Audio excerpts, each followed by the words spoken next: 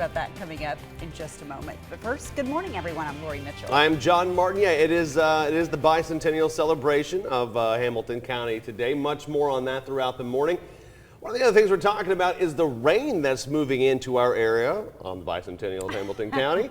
It all kind of merges together today. Yeah, it does. Let's get over to David right now and kind of see what to expect for the timing of the rain today and into the weekend. Hey guys, some folks already getting a little bit of the rain in our southern areas, so we'll take a look at that here. Much warmer this morning, by the way. A lot of you may have shed the jackets this morning. 56 in Chattanooga, 53 in Cleveland. Remember, everybody's in the mid to upper 30s yesterday, to low 30s up toward Murphy. So a big time warm up this afternoon. Here is the radar. You can see again LJ, Blue Ridge up into Murphy. Maybe getting a few showers making it down to the ground. If not, the air is getting more saturated and we will see the rain hitting the ground a little later this morning. By 8 o'clock this morning, everybody should be getting a little bit of rainfall at least. You can even see down toward Calhoun that darker green indicating a little bit of heavier stuff. Now we'll switch over to our Vipercast and show you what's going to be happening throughout the day. Again, you're going to see that rain filling in so that by late morning into the afternoon, everybody's getting rain, and that rain is going to be heavy at times.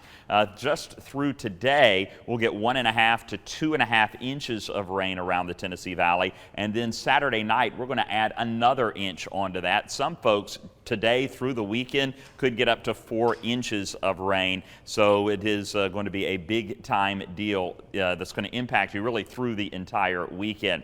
We need the rain. I know it's coming on the weekend, and I would not be surprised if we saw some isolated areas of flooding tonight, maybe into late Saturday night, early Sunday morning, as well as the rain moves in. But boy, the drought monitor, even with the recent rainfall that we saw, still in extreme conditions. So we need the rain to get into the ground, and we will certainly get a nice drink of that today. We'll have more coming up in just a few moments. Not a great day to be outdoors. The rain will keep temperatures right about 60 degrees for our high today. We'll have more coming up, break down the rainfall hour by hour coming up in a minute, guys. All right, David, thank you very much. And to begin this 5 o'clock hour, just want to make a brief mention.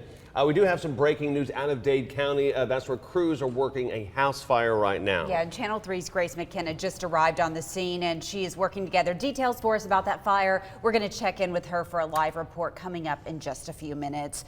New details were released in the death of an Orchard Knob Elementary student. His death was apparently not the result of bullying. School board member Tiffany Robinson spoke to the county commission Wednesday, expressing concern about the school atmosphere that some said may have contributed to the 9-year-old taking his own life. Yesterday, Robinson said, "We now know it was not a bullying related incident." Right now, we're still awaiting comment from the family spokesperson about this. We'll be sure to pass along that information as soon as we get it. Well, new information about a story we first reported yesterday morning. Sean McGowan has been identified as the driver who crashed into a power pole and flipped his car just after 11 o'clock Wednesday night. The live wire sparked a small blaze and caused several explosions when the transformer shattered.